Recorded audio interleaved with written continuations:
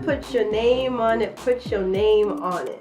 Come and put your name on it, your name. Dude needs a name tag, hurry up.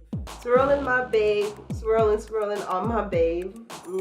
My friends are in the bathroom getting higher than the Empire State. Great. If I'm high and drunk, can I really think? Can I swirl and rock?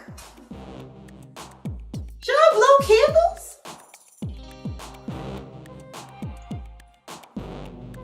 Can someone tell me what I believe in again? I'm confused. I don't know what I should do anymore.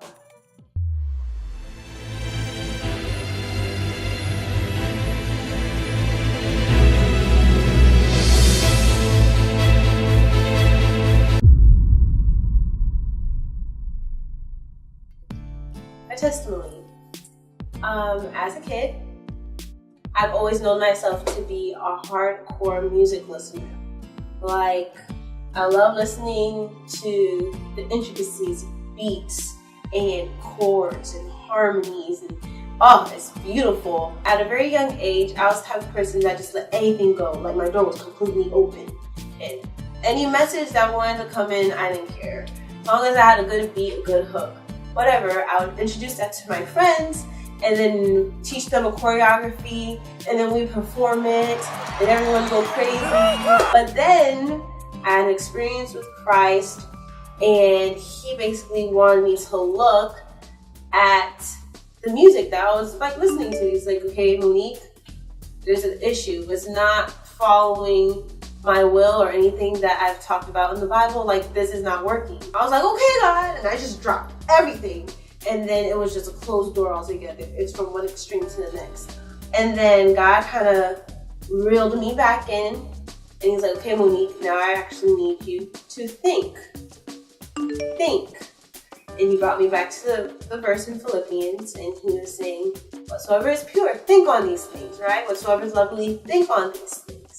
The songs that we had just talked about earlier, the verses, from Rihanna's Birthday Cake, or Beyonce's Dance For You, or Tonight We're Young by Fun, right? If you were to align these songs next to the Bible is supposed to present to us that moral code, that principle. We align those two together. Would you really say that they match? Would you say that the lyrics literally coincide or agree with each other? That's up to you. I'm not going to make that decision for you. You're smart. You're logical. You know how to make sense out of things. God threw this song at me and made me answer that same question.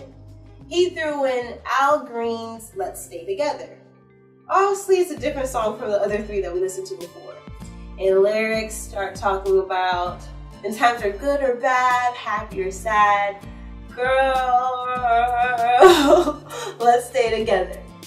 All right, put it against the Bible, next to the Bible. Did they say anything against purity? It talks about, having a long-lasting relationship, a long-lasting marital relationship. It talks about overcoming hurdles. It talks about loving your spouse unconditionally. It says all those good, pure things. What do you think? Does that song seem like it can follow the Christian lifestyle and not hinder it or pull against from it, or something that doesn't stand for what Christ believes or what Christ teaches? I'll let you answer that question, but that's what God threw at me, and it basically helped me come back together again, because honestly, that whole verse in Philippians allows you some breathing space. It honestly allows you to not see God as this hammer, like do or die. Well, the Lord has taught me to listen to the content, to actively listen to the content of words and not just accept them for the beat. Christian, the very word itself means a Christ follower. And that could be done through a relationship with Christ, letting the Spirit lead you, along with the Bible, the Word, being manifested and being read and understood and lived out.